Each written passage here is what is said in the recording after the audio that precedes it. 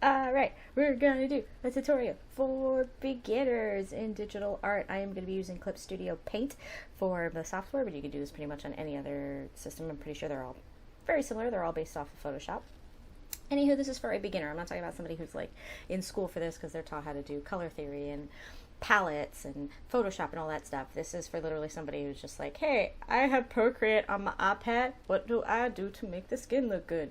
So this is for like when you want to draw kind of realistic skin, not like cartoony skin or, aliens or whatever. I mean, you could translate it, but this is just drawing a normal human being. So, I don't do this as much anymore because I kind of have gotten in. Once you do it more and more, you do get used to it. But when you are brand new and you're just starting out, there's absolutely nothing wrong with using reference photos. So I'm gonna be doing a reference photo of the queen herself, J-Lo. So I wanted to do her because she's got like a deep, warm, like skin tone that'd be fun to work with. So I do color picking, which is basically means I take the eyedropper from the little tools thingy in the side, and I pick the tone of skin that I want to emulate on her actual photo, which is up here in the reference window, and I use it. From what I've been told by like professionals, that's looked down upon, but like, when you're learning, your brain isn't going to naturally know what colors are, so I think it's fine. So what I've done here is now I made a second layer, and the second layer is on top of the base layer. So the base layer was just the beginning brown. Now this is the second layer. And I clicked on this little circle thing up on the top, which makes it into a mask. And that basically means that I can only paint on the what has been colored on the layer below. So since I colored all of that part in like that brown, the next layer can only be within that color, if that makes any sense. It makes it easier for blending. So what I'm doing is I'm looking at the photo, looking at where the shadows are on her, and I'm just coloring it in a darker color using the eyedropper. And then when I finish placing all the dark shadows, I blend them out. Now you can blend them out however you want. Some people do airbrush, which is already naturally blendy. I personally like blending it out this way, which is I go to the blender mode and I actually just pick blend. It gives it this kind of like paintery look, which I personally like, so that's what I use. But you can do it with, anything. You do airbrush, you can do other brush sizes, you can do lowering the opacity. It's up to you how you want to do it, but this is just how I do it. So I start to blend looking at the picture, because even though you've put the color down, the way that it wraps around certain parts, depending on where the light is hitting it, is going to be different. Eyes are always interesting because there's a lot of different variations in eyes. You may think, oh, her eyes are so deep sunk that they're all super dark, but actually she's got a lot of highlight in her eyes. So then this time I've done the exact same thing where I made another layer, put it on top, and then I made it into a mask again. That's why it has a little pink line next to it. It's because it's a mask for the skin tone. And now I'm doing the lighter shade.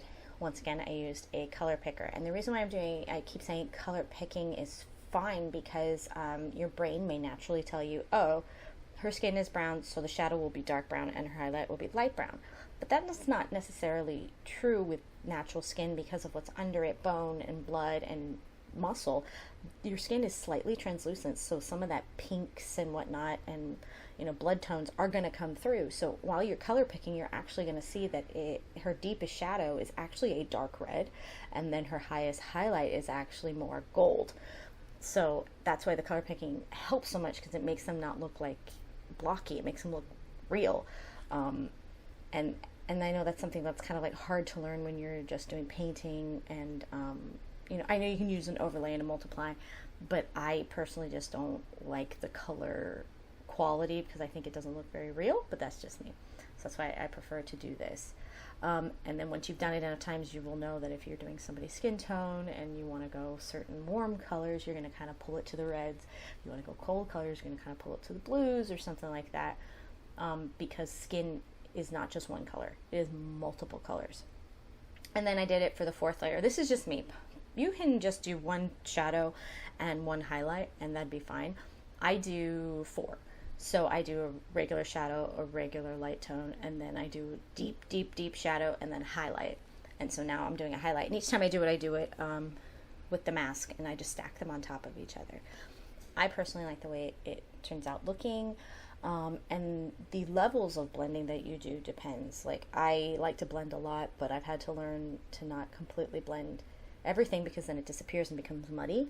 So like with the highlights, there are some that I kind of leave strokey, and because she has actual like lighting on her nose and on her lips that are very like not blended, they're very bright, especially the lips because of lip gloss. So now I'm doing the makeup. So I gave her some blush, and then now I'm going to do lips, and then after that I'm going to do eyeshadow.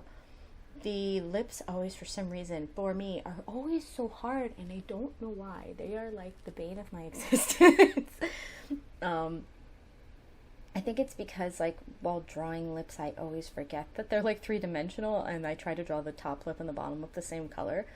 And you have to realize the way that lips are, especially if the top lip is pushed out more than the bottom lip, the top lip's actually going to be darker than the bottom lip.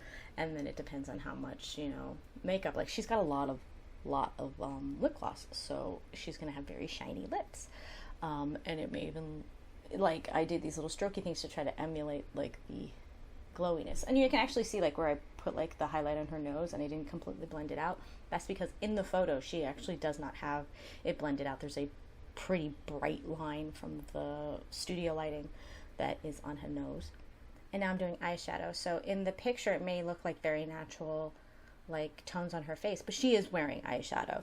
And it looks like it's browns. So even though I'd given her shadow naturally already on the eyes, I really wanted to emphasize that she has eyeshadow on. So I added yet another level of shadows and highlights on her eyes, and a slightly more brown tone than the golden tone that her skin is, so that it would be like, yes, she is wearing makeup, instead of just being like, oh, it's a shadow from the lighting or whatever.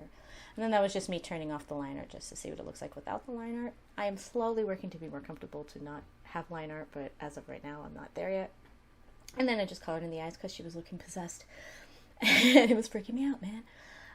But yeah, that is how I do like a beginner's version of how to paint a skin.